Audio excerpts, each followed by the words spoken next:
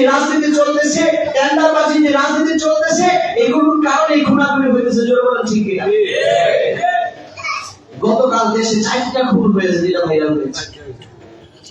Viral হওয়া ছাড়া কয়টা আছে আল্লাহ পাকই ভালো জানে। এমন ভাবে জনসম্মুখে মানুষের সামনে একজন মানুষকে কুপিয়ে হত্যা করতেছে, আর মানুষ শুধু কিছু অমানুষ পাশে দাঁড়ায় কিছু করতেছে।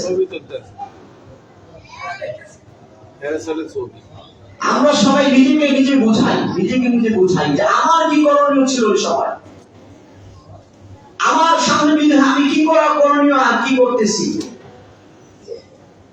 এই ঘটনা যদি আপনাদের এলাকায় ঘটে ভিন্ন কিছু হবে না মনে হয় আমার, কারণ অস্ত্র দেখলে, ছুরি দেখলে সবাই ভয় পায়। কিন্তু ভয়কে যখন বাঙালি জয় করে তখন 15 বছরের জালেমও বলা যায়। জোরে বলেন ঠিক কিনা? আল্লাহ পাক হকের পক্ষে এরকম সাহসী হওয়ার কথা বলছে। ইমানদার সে সাহসী হবে। শুধু যে রাজনীতির কারণে হত্যা এরকম না। আজকে আপনার আমার বহু সন্তানরা কিশোর গ্যাংয়ের সাথে জড়ায় গেছে। জোরে বলেন ঠিক কিনা? নেশা করার কিছু পায় না, তখন চিন্তাই করে। বাস্তবতা আছে না? গতকালকে যে হত্যা, এটার চরম সম্ভাবনা এটা চিন্তায় ঘটনা। যদিও নিউজে বিভিন্ন রকম কথা আসতেছে, এখনো চূড়ান্ত তদন্ত আসে না আমাদের কাছে, কিন্তু ভিডিও ফুটেজ দেখে যেটা বোঝা গেছে এটা চিন্তায় একটা ঘটনা। চিন্তাই করতেছে প্রকাশ্যে, তো ওই লোক ভিডিও করতে গেছে, আবার তাকেও কুপিয়ে হত্যা করেছে। কারা করছে? আপনি ভিডিও ফুটেজ গুলো দেখেন, বেশিরভাগ 15 থেকে 25 বছর বয়সের যুবকরা। যারা করতেছে বেশিরভাগ কি 15 থেকে 25 এর ভিতরের বয়সের যুবকরা। আপনার আমার সন্তানরা কি করতেছে, কোথায় করতেছে, খুঁজে রাখা দরকার আছে না নাই? এটা বাবা হিসেবে আমাদের সামাজিক সচেতনতা তৈরি করা দরকার। যাদের হাতে কলম থাকা দরকার ছিল, যাদের সামনে বই থাকা দরকার ছিল, তাদের হাতে কেন অস্ত্র উঠলো? অস্ত্র ওঠানোর সুযোগ কারা দিল? এদেরকেও দমন করা দরকার। আমাদের দেশে কিছু মানুষরা রাজনীতি করতে গিয়ে এরকম কিছু পারে, রাষ্ট্রের কথা বললে অনেকের গায়ে লাগবে। অপকর্ম করার জন্য একদিকে বলে মাদক দমন করবে, আরেকদিকে মাদকের চোরাকারবারির কাজ করায়। এই বাস্তবতা সমাজে আছে না নাই? এটা যদি আমরা দমন না করি, আমরা যদি নিজেরা না শুধরাই, তাহলে সমাজ সুন্দর হবে না, সমাজ শুধরাবে না। যাই হোক, আমি আদম আলাইহিস সালাম পরবর্তী আয়াতে বলতেছেন, ওমান আহিয়াহা, আর যে একটা নফসকে বাঁচায় দেয়, একটা নফসকে কি করে বাঁচায় দেয়, ফাকান্নামা আহিয়ান নাসা জামিআ, সেজন্য সব মানুষকে বাঁচায় দিয়েছে। সুবহানাল্লাহ। এজন্য বাঁচানোর দুইটা ছিল, একটা হলো আমি নিজে হত্যা করলাম না, ভয় পাইলাম যে হত্যা করা বড় পাপ, আমার যত দুশ্মনী থাকুক, যত কিছুই থাকুক, তাকে হত্যা করা যাবে না, এই যে আমি হত্যা করলাম না। এই যে এরকম যদি আমার দেখা দেখি সবাই হত্যার গুনাহ থেকে বাঁচা থাকে, তাহলে পৃথিবীর সবাই কি হবে? বেঁচে যাবে, কেউ নিহত হবে না, অন্যায়ভাবে হত্যা হবে না। এজন্য আল্লাহ বলেছে, কেউ যদি অন্যকে বাঁচায় দেয়, তাহলে সবাইকে বাঁচায় দিল। এটার আরেক ব্যাখ্যা হচ্ছে, আর কেউ যদি অন্য হত্যা করতেছে অন্যায় ভাবে, সেখানে যদি সবাই রুখে দাঁড়ায় তাকে বাঁচায় দেয়, তাইলে সবাইকে বাঁচায় দিল। তার মানে হলো যে ভবিষ্যতে আবার কেউ এই দুঃসাহস দেখাতে পারবে। আপনারা কি মনে করেছেন, এর আগে যখন পাথর দিয়ে মাথা সেজে হত্যা করা হলো, আশেপাশে মানুষ ছিল কি ছিল না? গতকালকে যখন ইট দিয়ে হত্যা করা হলো, আশেপাশে মানুষ ছিল কি ছিল না? ছুরিকাঘাতে যখন হত্যা করলো, মানুষ ছিল কি ছিল না? যদি ওই যে পাথর মারার সময় যদি সবাই রুখে দাঁড়াইতো, পাথর হাতে নিয়ে নিয়েছে, তাকে যদি ওই জায়গায় ধরে পুলিশের হাতে দিতে পারতো, সবাই মিলে যদি আওয়াজ দিত, সব ভয় পাইতো না। আমরা তো এই যে গত বছর আন্দোলনের এরকম হুঙ্কার দিয়েছে কেন?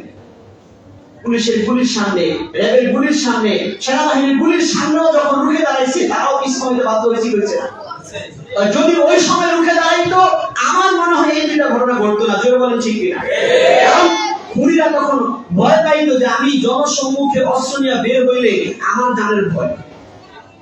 কাজে একজনকে যদি আপনারা বাঁচায় দেন, সাহস দেখায়, আপনি পুরো দুনিয়ার মানুষকে বাঁচায় দিলেন। জোরে বলেন ঠিক কিনা? আল্লাহ তাআলা এই কথাগুলো শোনার, বুঝার, মানার, আমল করার তৌফিক দান। আমরা গত জুমায় আলোচনা শুনেছিলাম রাজনৈতিক জুলুমের ভয়াবহ পরিণতি এবং সেই বিষয়ে আমাদের জন্য শরীয়তের পক্ষ থেকে করণীয় দিক নির্দেশনা। দীর্ঘ কয়েক জুমা ধরে আমরা জুলুমের বিষয়ে বিভিন্ন আলোচনা কোরআন হাদিসের আলোকে শুনেছি। যেহেতু জুলুম এটা মারাত্মক বড় একটি কবিরা গুনাহ, এই জন্য জুলুমের বিষয়ে শরীয়তে বিস্তারিত বিবরণ এত বেশি এসেছে যেগুলো নিয়ে ধারাবাহিক যদি আলোচনা করা হয় কয়েক মাস আলোচনা করা যাবে। আজকে আমরা আলোচনা শুনব যত রকমের জুলুম হইতে পারে পৃথিবীতে, সেই জুলুমগুলোর মধ্যে মারাত্মক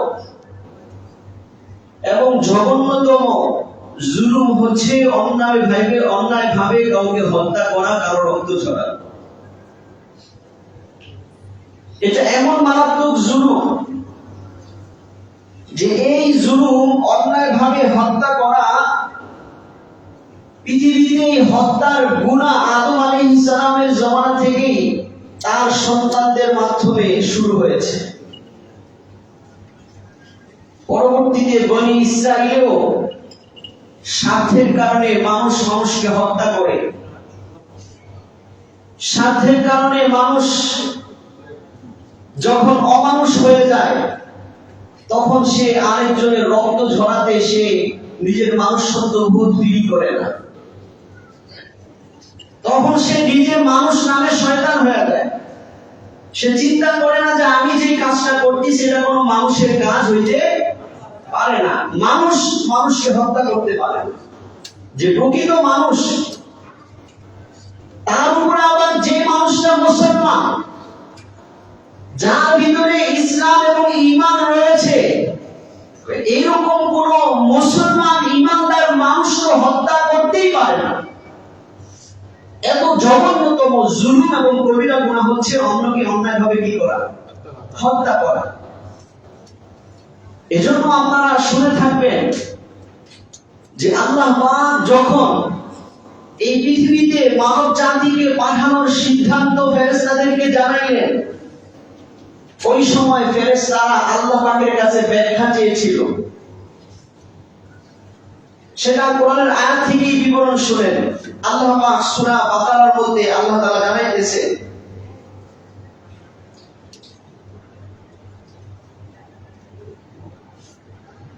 আল্লাহ তাআলা বলতেছেন,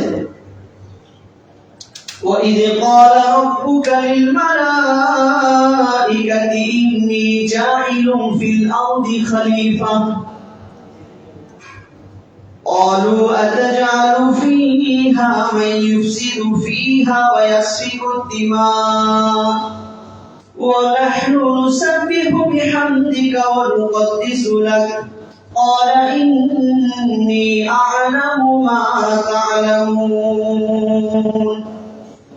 আল্লাহ পাক পবিত্র কোরআনের সূরাতুল বাকারার 30 নম্বর আয়াতে মানব সৃষ্টির শুরু লগ্নের কথা শোনাইতেছেন। নবী আপনি স্মরণ করুন, আপনার উম্মতকে শোনায় দেন, জানায় দেন ওই সময়ের কথা। ইদ ক্বালা রাব্বুকা লিল মালাইকা, যখন আপনার রব পৃথিবীতে মানব জাতি পাঠানোর সিদ্ধান্ত নিয়ে ফেরেশতাদেরকে যখন জানাইলেন, ইন্নী জাইলুন ফিল আরদি খলিফা, আমি জমিনে যুগ যুগ বংশ পরম্পরায় বসবাসকারী জাতি পাঠাইতে চাই। জমিনে এমন প্রতিনিধি পাঠাইতে চাই যারা এক প্রজন্ম শেষ হবে আরেক প্রজন্ম রেখা যাবে, আরেক প্রজন্ম শেষ হবে তাদের প্রতিনিধি আরেক প্রজন্ম রেখা যাবে, এইরকম প্রজন্মর পর প্রজন্ম বংশবৃদ্ধি করবে, এরকম একটা জাতি পাঠাইতে চাই। এটা খলিফার একটা ব্যাখ্যা। এই খলিফার একাধিক ব্যাখ্যা আছে, সেই দিকে গেলে আলোচনার বিষয়বস্তু আরেক দিকে চলে যাবে। তো মোট কথা আয়াতের মাধ্যমে আল্লাহ জানাইলেন যে আল্লাহ পাক পৃথিবীতে মানুষকে পাঠাইবেন, এই সিদ্ধান্ত তাদেরকে জানাইছেন, ফেরেশতাদেরকে। তখন ফেরেশতারা আল্লাহ তাআলাকে বলতেছে, ক্বালু আতাজআলু ফীহা মান ইউফসিদু ফীহা, ফেরেশতারা অভিযোগ কিংবা আপত্তি করার বিষয় নিয়ে না, ব্যাখ্যা জানার জন্য ফেরেশতারা আল্লাহর কাছে পেশ করলো, ওয়া রব্বুল আলামিন আতাজআলু ফীহা, আপনি কি জমিনে এমন জাতি পাঠানোর জন্য সিদ্ধান্ত নিয়েছেন, মাইয়ুফসিদু ফিহা, যারা জমিনে গিয়া ফিতনা ফাসাদ এবং হত্যা রাজনী ছড়িয়ে দিবে, ওয়াসফিকুদ দিমা, অন্যায়ভাবে একে অপরের রক্ত ঝরাবে, এরকম কোন নির্দিষ্ট জাতিকে আপনি দুনিয়াতে পাঠানোর নিয়ত করেছেন কিনা, সিদ্ধান্ত নিয়েছেন কিনা? কে বললো? ফেরেশতা। আরে বুঝাই না যে আল্লাহ যদি এরকম হয়ে থাকে তাহলে কেন? এটা ব্যাখ্যা আমাকে বুঝাই দিলে আমরা কি পাই? তৃপ্তি পাই। এজন্য ফেরেশতারা আল্লাহ তাআলার কাছে পেশ করবে। আবার কারণ দর্শাইছে, ওয়া নাহনু নুসাব্বিহু বিহামদিকা ওয়া নুকদ্দিসু লাক, আল্লাহ যদি দুনিয়াতে পাঠানোর জন্য মানুষ বাছাই করেন ইবাদতের জন্য, তাসবিহের জন্য, তাহলে আমরাই তো আপনার তাসবিহ করি, আমরাই আপনার পবিত্রতা বয়ান করি। এজন্য ভিন্ন সময়ে শোনানো হয়েছিল যে আল্লাহ পাক মানব জাতি কারো ইবাদতের মুহতাজ না। পুরো মানব জাতি সবাই যদি আল্লাহর অবাধ্য হয়ে যায়, আল্লাহর রাজত্বে এক বিন্দু পরিমাণও কমবে না। আর সবাই যদি আল্লাহর ইবাদত গুজার হয়ে যায়, আল্লাহর রাজত্বে বিন্দু পরিমাণ বাড়বে না। আল্লাহ যেটা আছে এটাই সবচেয়ে বেশি আছে। হাদিস উদাহরণ দিয়েছে এরকম যে সমুদ্রের মধ্যে একটা সুই রাখলে সুইয়ের আগায় যতদূর পানি আসে এর দূর বাড়বো না, এর দূর কি করবে না? বাড়বে না। আল্লাহ যেটা আছে, আল্লাহ পাক কদির আলা কুল্লি শাই, সমস্ত বস্তুর উপর আল্লাহর ক্ষমতা আছে। আল্লাহর ক্ষমতার সামনে কারো কোনো কি নেই? ক্ষমতা নাই। যদি আল্লাহর ইবাদত করি আমাদের লাভ। তো ফেরেশতারা বলতেছে যে আল্লাহ যদি ইবাদতের জন্যই হয়, ইবাদত করলে আপনার ভালো লাগে, আপনি খুশি হন, আমরাই তো করি, তাহলে আমার যারা দুনিয়াতে গিয়ে মারামারি করবো, হানাহানি করবে, একে অপরের অন্যায় ভাবে রক্ত ঝরাবে, এদেরকে পাঠাবেন কেন? আল্লাহ বলছেন ইন্নী আ'লামু মা লা তা'লামুন, ফেরেশতারা, তোমরা ফেরেশতা হইলো, তোমরা কি না আলিমুল গায়ব না, অদৃশ্যের খবর জানো না? আমি এমন বস্তু জানি যেটা তোমরা জানো না। অর্থাৎ আমি জানি যে আমার এই মানব জাতিকে যখন আমি পাঠাবো দুনিয়াতে, সবাই খুব খারাপিতে লিপ্ত হবে না, সবাই রাহাজানিতে লিপ্ত হবে না, সবাই মারামারি হানাহানির মাধ্যমে পুরো দেশটাকে অনিষ্ট করে তুলবে না। কিছু মানুষ আল্লাহকে ডাকনেওয়ালা, আল্লাহর কথা বলনেওয়ালা, আল্লাহর বড়ত্ব মহত্বের কথা বলনেওয়ালা, তাসবিহ জিকির আজকারে থাকনেওয়ালা কিছু ভালো মানুষও কি করবে? থাকবে। মুফাসসিরিন কেরাম ব্যাখ্যা করেছেন যে ফেরেশতারা এটা কিভাবে জানলো যে মানুষ দুনিয়া থেকে মারামারি করবে, রক্ত ঝরাবে, একজন আরেকজনকে খুন করবে, এটা কিভাবে জানলো? এটা অনেক ব্যাখ্যা, তার মধ্যে একটা ব্যাখ্যা আমি বলবো যেহেতু সময় কম।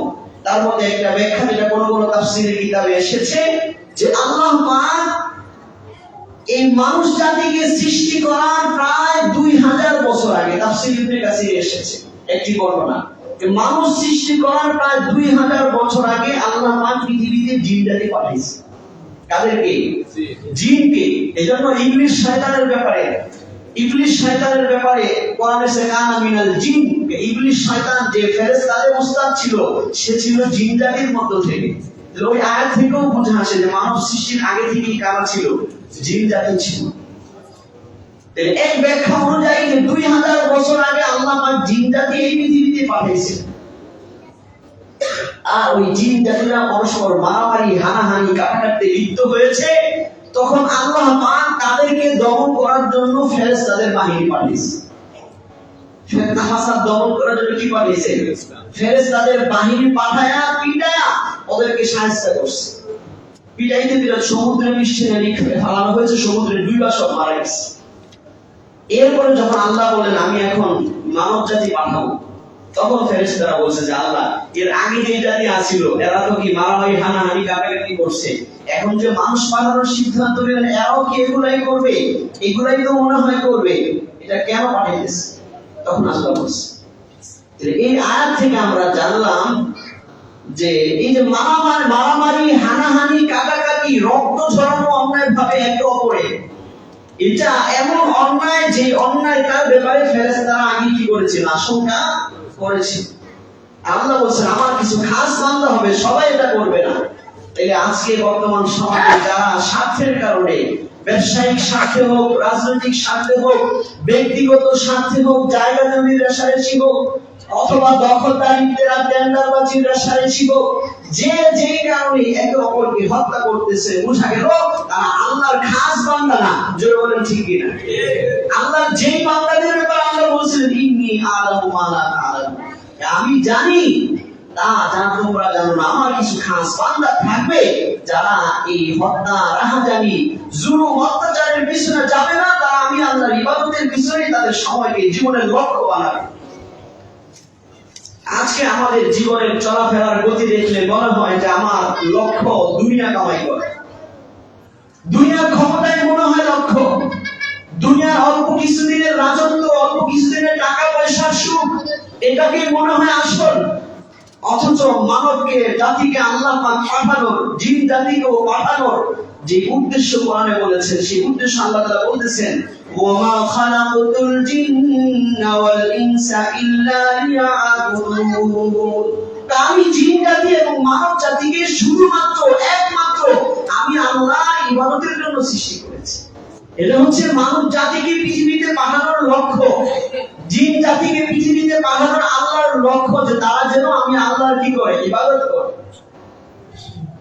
তাইলে আপনার প্রত্যেকে চিন্তা করবেন, নিজের বুকে হাত দিয়া, যে আমি আব্দুল্লাহকে আল্লাহ যে পৃথিবীতে পাঠাইলেন, আল্লাহ চাইলে তো আমাকে ওই পচা দুর্গন্ধময় সেই বীর্যের মধ্যে কত হাজার হাজার শুক্রাণু ছিল, সেগুলোর মধ্যে আল্লাহ পাক বাছাই করে একটা শুক্রাণুকে মায়ের কি গর্ভাশয়ের মধ্যে, মায়ের যেই বাচ্চা দাঁড়িয়ে আছে সেখানে আল্লাহ পাক এটাকে জীবন দান করে, সেটাকে জীবন দিয়া বড় করে, লালিত পালিত করে আল্লাহ পাক একটা মানুষের রূপ দিয়া পৃথিবীতে জন্মদান করে।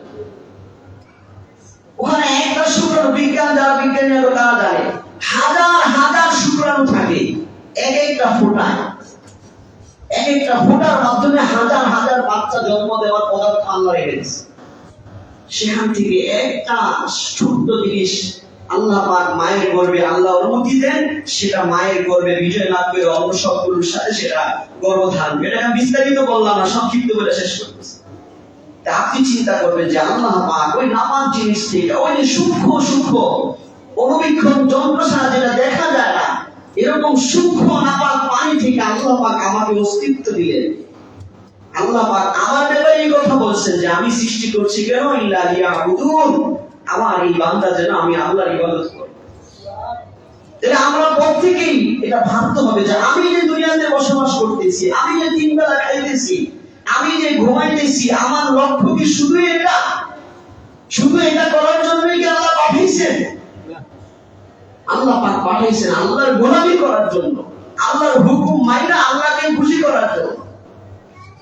যারা আজকে এই মারামারি, হানাহানি, কাটাকাটির মধ্যে লিপ্ত, তারা নিজের জীবনের লক্ষ্য বানাইছে দুনিয়া, নিজের লক্ষ্য বানাইছে ব্যাংক ব্যালেন্স, দৌলত, নিজের লক্ষ্য বানাইছে টাকা পয়সা, অর্থকরী ক্ষমতা, আর ওইটার পিছনে লিপ্ত হইয়া খুন পর্যন্ত যাইতেছে, মানুষকে রক্ত ঝরানো পর্যন্ত যাইতেছে, কিন্তু আল্লাহর ভয় হয় না। অথচ আল্লাহ পাক যদি এখন হুকুম করেন, এক সেকেন্ডের জন্য আর সে তার অস্তিত্ব থাকবে, আছে না নাই? জোরে বলেন। এই জন্য আল্লাহ পাক বিশেষভাবে কোরআনে সর্বপ্রথম যখন এই পৃথিবীতে খুন শুরু হয়, অর্থাৎ হত্যার মতো জুলুমের গুনাহ পৃথিবীতে শুরু হয়, সেই কথার বিবরণ আল্লাহ পাক পবিত্র কোরআনে দিয়েছেন। আল্লাহ পাক পবিত্র কোরআনের সূরা মায়েদার ২৭ নম্বর আয়াত থেকে ৩২ নম্বর আয়াত পর্যন্ত বিস্তারিতভাবে আল্লাহ পাক সেই ঘটনা উল্লেখ করেছেন। পৃথিবীতে সর্বপ্রথম যখন খুন হয়, সেই খুনটা হিংসার কারণে হয়। কিসের কারণে বলেছেন? সর্বপ্রথম যখন এই হত্যার মতো জুলুমের অন্যায় পৃথিবীতে ঘটে, কিসের কারণে?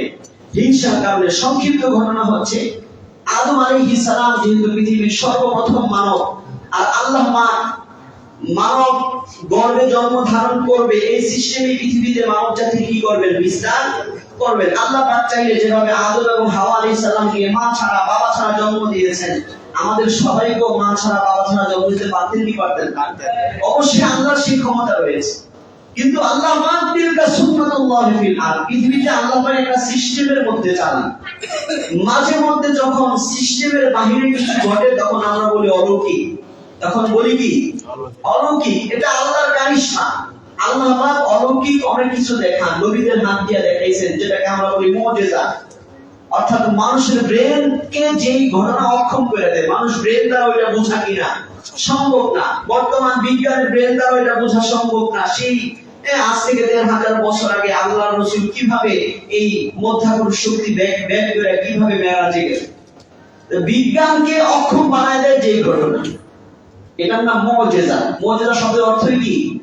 যেটা মানুষের আকলকে অক্ষমকারী। বাকি ইসলামের পরিভাষায় নবীদের থেকে যখন কোন অলৌকিক ঘটনা ঘটে সেটাকে বলে কি? মুজিজা। আর আল্লাহর খাস বান্দা ওলি বুজুর্গদের থেকে যখন কোন অলৌকিক ঘটনা ঘটে সেটাকে বলে কারামাত। আমাদের আহলুস সুন্নাত ওয়াল জামাতের আকীদা এটা, কারামাতুল আউলিয়া বিহাকুন, যে আল্লাহর খাস ওলিদের থেকে যখন কোন কারামতি প্রকাশ পায় এটাও সত্য, এটাকেও অস্বীকার করা যাবে না। যাই হোক, এটা আবার ভিন্ন বিষয়ে আলোচনা হয়ে যাবে। তাহলে আল্লাহ পাক কুদরত রাখেন, কিন্তু আল্লাহ পাক একটা সিস্টেম রাখছেন যে মানুষ গর্ভধারণ করবে, বিবাহ শাদীর মাধ্যমে ঘর সংসার করবে, সেখান থেকে বাচ্চা জন্ম হবে, এই সিস্টেম রাখছেন। তো যেহেতু তৎকালীন মানুষ বৃদ্ধি প্রয়োজন, এজন্য আল্লাহ পাক ওই সময়ের বিধান রেখেছিলেন। কোন তাফসীর কিতাব থেকে এটা জানা যায়, বিভিন্ন সূরত হইতে পারে। আমি একটা সূরত শুধু বলছি যে আদম আলাইহিস সালামের জামানায় হাওয়া আলাইহিস সালামের একই গর্ভে আল্লাহ পাক দুইটা করে বাচ্চা দিতেন। কয়টা করে? দুইটা করে। একবার যখন পেট হইতো ওই সময় দুইটা করে বাচ্চা হইতো, একটা ছেলে একটা মেয়ে। আরেক গর্ভে আরেকটা যখন বাচ্চা হইতো সেটাও একটা ছেলে একটা মেয়ে। তো ওই সময় আপন ভাই বোন যাদের মাঝে বিবাহ বন্ধন নিষিদ্ধ, এইরকম সম্পর্ক ধরা হইতো যদি এক পেটে হয়, অর্থাৎ এক গর্ভধারণ যদি হইতো, এরা পরস্পর বিবাহ বন্ধনে আবদ্ধ নিষেধ ছিল না, নিষেধ ছিল। কিন্তু যদি পরবর্তী গর্ভধারণে যদি আরেক বাচ্চা হয় একই মায়ের গর্ভ থেকে কিন্তু ভিন্ন গর্ভে, তাহলে এরা ওই আমাদের ইসলামে আইসা যেরকম এটাও আপন ভাই বোন ধরা হয় এবং বিবাহ বন্ধনে আবদ্ধ নিষিদ্ধ, ওইটা নিষিদ্ধ ছিল না। যেহেতু তখন মানব বৃদ্ধির জন্য এটা প্রয়োজন ছিল। আমরা তো বিবাহ বসবে কাদের সাথে, হবে কাদের সাথে, পৃথিবীতে বংশ বিস্তার হবে কিভাবে, তখন আল্লাহ সিস্টেম করে দিয়েছিলেন যে এক গর্ভের মেয়ের সাথে আরেক গর্ভের পুরুষের বিবাহ হবে, এভাবে পৃথিবীতে বংশ বিস্তার লাভ করবে। এভাবেই চলতেছিল। তো আদম আলাইহিস সালামের স্ত্রী হযরত আমাদের আম্মা জান হাওয়া আলাইহিস সালামের গর্ভে ওর এক গর্ভে সন্তান হইল, ওই সন্তানের নাম হাবিল। পরবর্তীতে আরেক গর্ভে আরেকটা সন্তান হইল, তার নাম কি? হাবিল। এই কাবিল এবং হাবিল এই দুই ভাই, এদের সাথে আবার আরেকজন করে কিও হয়েছে, মেয়ে সন্তান হয়েছে। ঘটনাক্রমে কাবিলের সাথে যেই মেয়ে হয়েছে সে একটু দেখতে অসুন্দর, আর ছোট ভাই হাবিলের সাথে যে মেয়ে হয়েছে সে দেখতে সুন্দরী।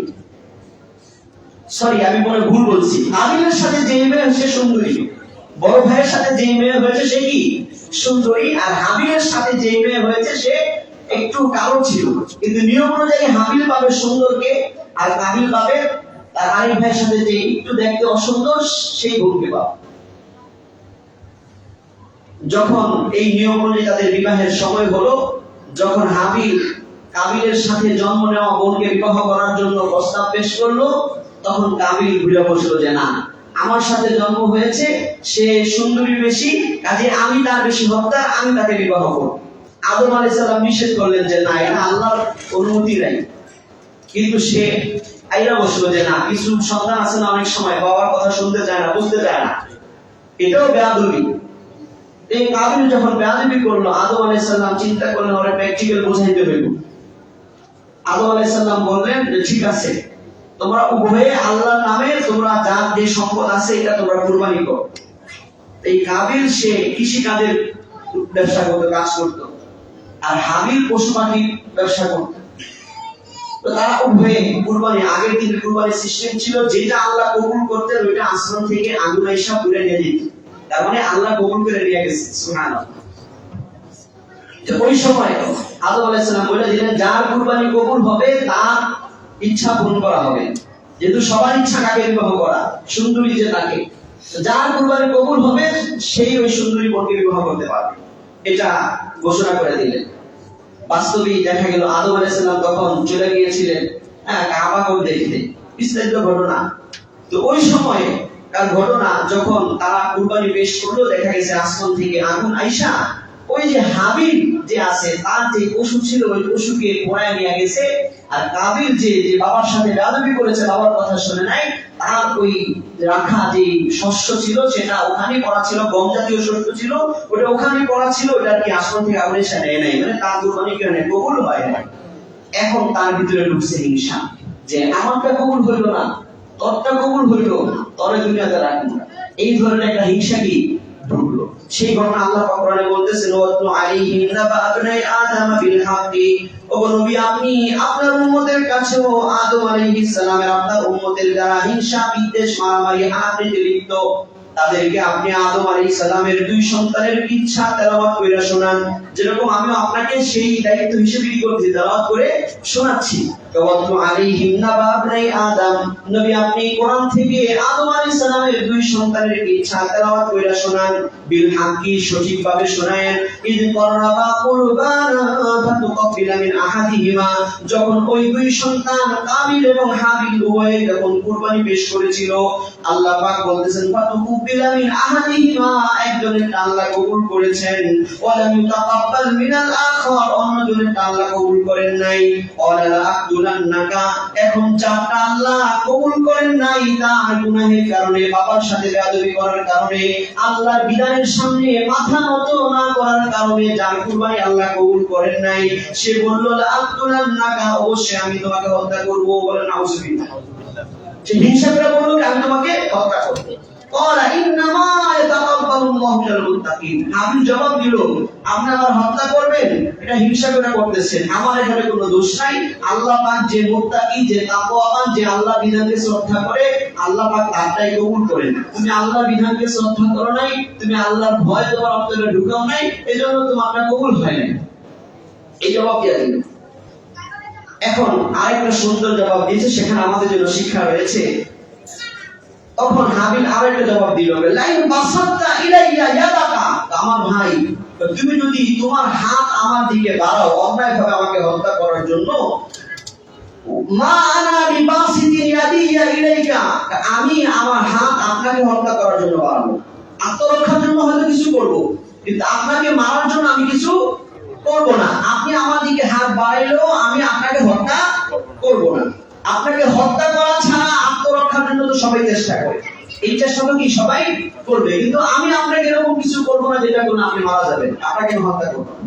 ওলা তখন বলতেছেন লিআকতুলাকা ইন্নী আখাফুল্লাহ রাব্বাল আলামিন, কেন হত্যা করব না, কারণ আমি বিশ্ব জগতের রব আল্লাহকে ভয় করি। সুবহানাল্লাহ। কেন হত্যা করবে না বলছেন, বলে বিশ্ব জগতের রব আল্লাহকে ভয় করি। এই যে আল্লাহর ভয় যদি আমরা জনগণের ভিতরে না ঢুকাইতে পারি, তাহলে রাজনৈতিক হত্যাও কমবে না, ব্যবসায়িক দ্বন্দ্বের হত্যাও কমবে না, চাঁদাবাজির হত্যাও সমাজ থেকে কমবে না, বংশীয় রেষারেষির হত্যাও কমবে না, ব্যক্তিগত রেষারেষির হত্যাও কি সমাজ থেকে কমবে না, যদি আল্লাহর ভয় না ঢুকাইতে পারে। এটা সবচেয়ে বড় মাধ্যম এই অন্যায় থেকে সমাজকে মুক্ত করার, একমাত্র কি আল্লাহর ভয়। বাকি দুনিয়ার কিছু শাস্তির সিস্টেম রাখলে মানুষ কিছুটা কি হয়, সতর্ক হয়। এজন্য আল্লাহ পাক হত্যা বিধানের শাস্তি রেখেছেন। আমাদের ইসলাম ধর্মে যেরকম রেখেছেন, ঠিক তদ্রুপ অন্যান্য জাতিতেও আল্লাহ পাক এই হত্যার শাস্তি, রাষ্ট্রীয় শাস্তি, দুনিয়ার শাস্তিও রেখেছেন, আখিরাতের শাস্তি তো আছে। কাজে বর্তমান বাংলাদেশে যে বিচারহীনতার নেই একটা প্রবণতা চলতেছে, দলীয় কারণে বিচারহীনতা হয়ে যায়, হ্যাঁ, অন্যায়কারী অপরাধীরা বেঁচে যায়, আর কিছু স্বার্থান্বেষীরা অপরাধীদেরকে বাঁচানোর ধান্দায় থাকে। আবার কিছু মানুষকে বিচারিক ভাবে হত্যাও করা হয়, জোরে বলেন ঠিক কিনা? এমনি অন্যায় ভাবে হত্যা, রাষ্ট্রীয় আইনও অন্যায়। আর যদি রাষ্ট্র আইন বানায় অন্যায় ভাবে বৈধভাবে হত্যা করে, অন্যায় ভাবে বৈধ বানায় কি করে হত্যা করে, মিথ্যা সাক্ষী স্থাপন করে, রাষ্ট্রীয় মদদে মব সৃষ্টি করা, যদি কাউকে হত্যা করা হয় সেটাও অন্যায় হত্যা, যদি বলেন ঠিক কিনা? এগুলোর কোন থেকেই সমাজ পাক হবে না যদি আল্লাহর ভয় না থাকে। এখানে আদম আলাইহিস সালামের সন্তানের এই কথার মধ্যে শিক্ষা আছে, বলছে তুমি হাত বাড়াইলেও আমি হাত বাড়াবো না, আমি তোমাকে হত্যা করতে চাবো না। এই হাদিসের ব্যাখ্যা যদি আমরা জানতে চাই তাহলে আরেকটা হাদিসের দিকে যেতে হবে। বুখারী মুসলিম একাধিক হাদিসের কিতাবের মধ্যে এসেছে, লম্বা হাদিস, পুরা হাদিস শোনাবো না। হাদিসের ভাবার্থ এরকম, আল্লাহ রাসূল বলতেছেন যখনই কোন দুই মুসলমান পরস্পর লড়াই করে একজন আরেকজনকে হত্যা করার জন্য, আল্লাহ রাসূল বলেন আল কাতিল ওয়াল মাকতুল কিলাহুমা ফিন-নার, হত্যাকারীও জাহান্নামী, যে হত্যা নিহত হয়েছে সেও জাহান্নামী। যে নিহত করছে, যে হত্যা করছে সেও জাহান্নামী, আর যে নিহত হয়েছে সেও জাহান্নামী। আপনারা আশ্চর্য হইতেছেন না? সাহাবীরা আশ্চর্য হয়েছে, বলছে ইয়া রাসূলুল্লাহ মা বালুল মাকতুল, কাতিল সে জাহান্নামী, যে হত্যাকারী সে জাহান্নামী হবে, এটা তো বুঝে আসে, কিন্তু যে নিহত হইল সে কেন জাহান্নামী হবে?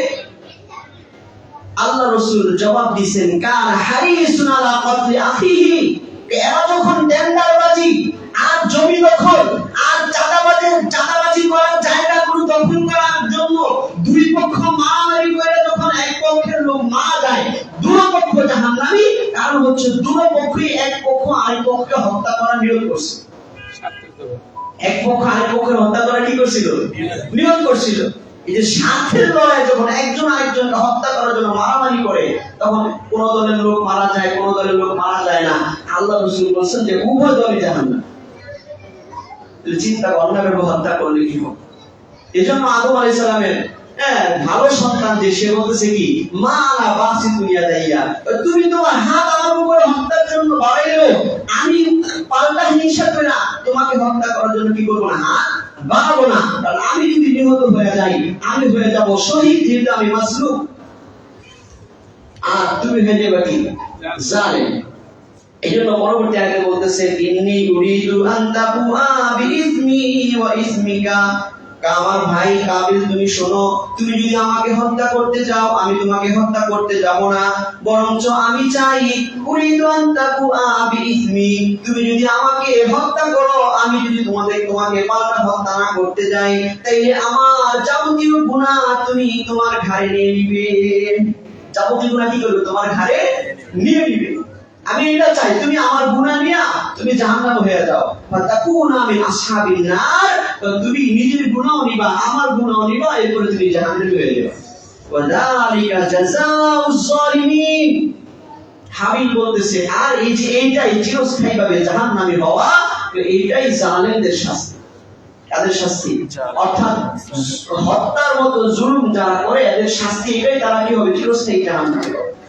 এইজন্য কোরআনের অন্য আয়াত থেকে এটা জানা যায়, সূরা নিসা 93 নম্বর আয়াতে, যে মানুষকে অন্যায়ভাবে হত্যা করার শাস্তি কি, এটা কত বড় অপরাধ সেটা বুঝে আসবে আয়াতের তর্জমাটা যদি আমরা শুনি। আল্লাহ তাআলা বলেছেন ওয়া মান ইয়াকতুল মুমিনান মুতাআম্মিদান, আল্লাহ পাক সূরাতুন নিসা 93 নম্বর আয়াতে বলতেছেন আর যে নাকি কোন মুমিনকে, কোন মুসলমানকে ইচ্ছা করে হত্যা করে অন্যায়ভাবে, ফাজাযাউহু জাহান্নাম, তার শাস্তি হইল এমন জাহান্নাম, খালিদান ফিহা, যে জাহান্নামে সে চিরকাল থাকবে, চিরকাল জাহান্নামে থাকবে। আপনারা এই কথা শুনছেন, যার ভিতরে যারা পরিমাণ ঈমান থাকবে সে একদিন জাহান্নাম থেকে মুক্তি পেয়ে কোথায় যাবে? জান্নাতে যাবে। আর যে বেঈমান হয়ে দুনিয়া থেকে মারা যায় সে চিরস্থায়ী কোথায় থাকবে? জাহান্নামে থাকবে। কাফের, মুশরিক, বেঈমান, নাস্তিক এরা সবাই কি থাকবে? চিরস্থায়ী জাহান্নামী হবে। কিন্তু মুসলমান যার পরিমাণ ঈমান যদি থাকে তার অন্যায় অপরাধের শাস্তি ভোগ করে একদিন সে জান্নাতে যাবে। এটাও সহিহ হাদিস। কিন্তু এই আয়াতে আল্লাহ বলতেছেন যে কোন মুমিনকে অন্যায়ভাবে হত্যা করবে, ফাজাযাউহু জাহান্নাম, তার শাস্তি হইল চিরস্থায়ী জাহান্নাম, খালিদান ফিহা, সেখানে সে চিরস্থায়ী থাকবে। ওয়া গাদিবাল্লাহু আলাইহি, আর আল্লাহ পাক তার উপরে রাগান্বিত হবেন, ওয়া লাআনাহু, তার উপর অভিশাপ করবেন, ওয়া আযালাহু আযাবান আযীমা, আর মহা বিশাল শাস্তি আল্লাহ পাক অন্যায়ভাবে হত্যাকারীর জন্য রেখে দিয়েছেন। কোরআনে আল্লাহ পাক বহু বিষয়, আমরা বহু ইবাদত করি যেগুলো কোরআনের বিস্তারিত বিবরণ আসে নাই, এই যে অন্যায়ভাবে একজন আরেকজনকে হত্যা করার কথা কত মারাত্মকভাবে আল্লাহ পাক স্পষ্ট করে বলেছেন। চিরস্থায়ী জাহান্নামে থাকবে এটা যথেষ্ট ছিল। আল্লাহ বলেছেন গাদিবাল্লাহু আলাইহি, আল্লাহ তার প্রতি ক্রোধান্বিত থাকবেন। জাহান্নামে চিরস্থায়ীভাবে দিয়েও আল্লাহর রাগ কি হবে না? আর প্রতি কমবে না যে তুমি দুনিয়াতে রক্ত ছড়াইছো, অন্যায়ভাবে মানুষকে হত্যা করছো, খুন করছো। এখন সমাজে যে অপসংস্কৃতি রাজনীতি চলতেছে, চাঁদাবাজির যে, যাই হোক, আমি আদম আলাইহিস সালামের সন্তানের যে আয়াতটা পরে শেষ করে দিব, বাকি আলোচনা পরে সময় করব। তো আদম আলাইহিস সালামের সন্তানের বাকি কথা সে করলো যে জালেমদের শাস্তি হবে, তুমি কি করো না, জুলুম করো না, হত্যা করো না।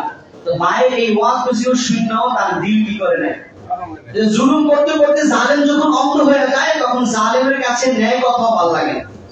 এই যে আমরা বিগত কয়েক জুমা দিনে যত কথা বলতেছি, একটা কথা অন্যায় কথা বলি না, কিন্তু অনেকের কাছে ভালো লাগে না।